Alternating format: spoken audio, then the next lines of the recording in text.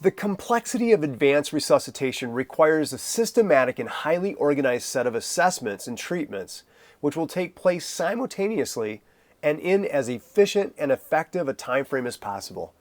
Now, in order for all of this to happen correctly, it often requires a high-performance team of highly trained and experienced healthcare professionals to act in an organized and communicative manner. When the advanced life support code happens in this manner, the successful resuscitation rate increases while improving the chances of a successful long-term patient outcome. Successful high-performance teams do not happen by chance. They're created. Not only do these teams have medical expertise and a high level of mastery of resuscitation skills, they're actually able to demonstrate effective treatments while utilizing effective communication. In a high-performance resuscitation team, there are no members that are better than another. Whether one team member is filling the role of a team leader or is operating as a supportive team member, all are extremely important and all play a special role in successful resuscitation efforts. So whether you're a team leader or a team member during a resuscitation attempt, all members should understand their particular role, but they should also understand and be comfortable with other team members' roles as well. Now, this will help each team member anticipate what may be expected next and will help them perform their role with efficiency and communicate well as a vital member of a high-performance resuscitation team. So now let's take a look at what each role is and what the most common requirements are for that role. Let's take a look at the role of team leader. This role requires a big picture mindset and has many different moving parts. The team leader keeps the resuscitation team organized and on track, monitors the team's performance and accuracy, backs up team members when needed, and trains and coaches while facilitating an understanding during the code, while focusing also on that comprehensive patient care that's so important. It's important to remember that every symphony needs a conductor, and every high-performance resuscitation team needs a person to fill the role of team leader if the group is going to operate efficiently and effectively. It's the responsibility of the team leader to ensure that all team members are doing everything that should be done in the right way and at the right time. A team leader should be able to explain to a team member why, during CPR, pushing hard and fast in the center of the chest is so important, why ensuring that complete chest recoil happens after each compression, why minimizing interruptions in chest compressions increases the effectiveness of basic life support, and why to avoid excessive or forceful ventilation, that it's so detrimental during manual ventilation delivery. Now, let's look closer at the other high-performance team members. The roles of PALS team members must be carried out in a proficient manner based on the acquired skills and retained skills that those team members are authorized to perform because of their scope of practice.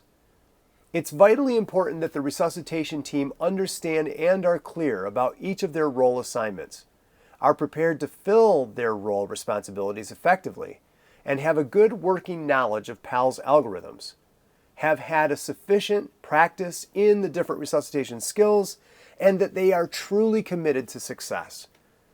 There are many team member roles, and each of these roles is critical to the successful delivery of high-performance resuscitation techniques.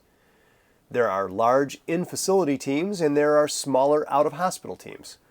For the duration of this PALS course, we're going to be utilizing the small team approach, but each of the roles could expand to encompass the size team that is available to you. The large team would include a team leader, a compressor, an airway manager, an AED monitor and defibrillator, and a time recorder. The small team is going to include team leader airway, an IV/IO medication and compressor, and an AED monitor, defibrillator, and compressor.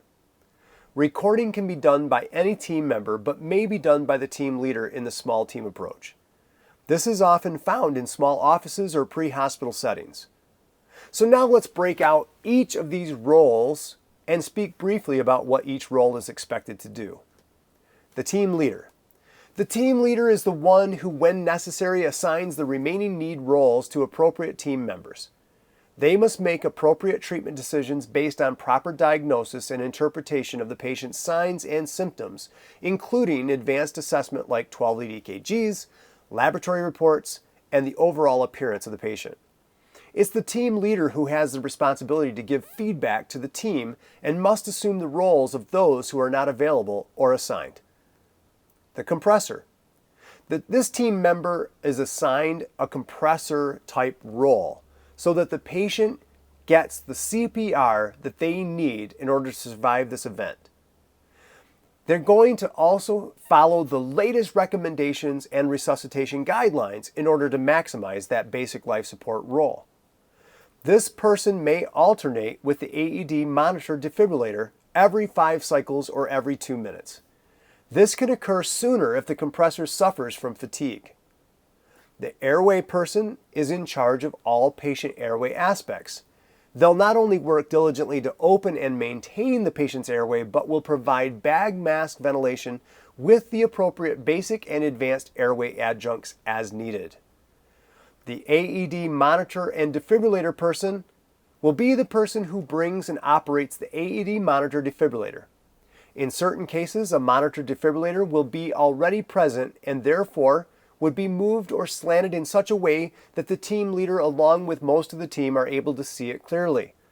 The AED monitor defibrillator person can and will change positions with the compressor every 5 cycles or about every 2 minutes, or at which time the compressor that's actively giving CPR compressions is beginning to show signs of fatigue, which you know as well as I do that affects the quality of the CPR being delivered and therefore affects the potential outcome of the patient.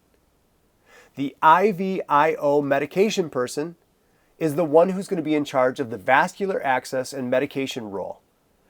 This is a pediatric advanced cardiac life support role.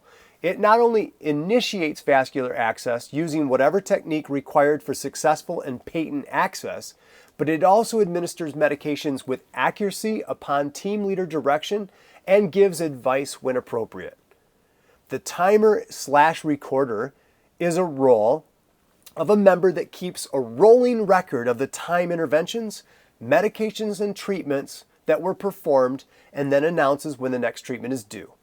They record the frequency and duration of interruptions in compressions and communicate these to the team leader and the entire team.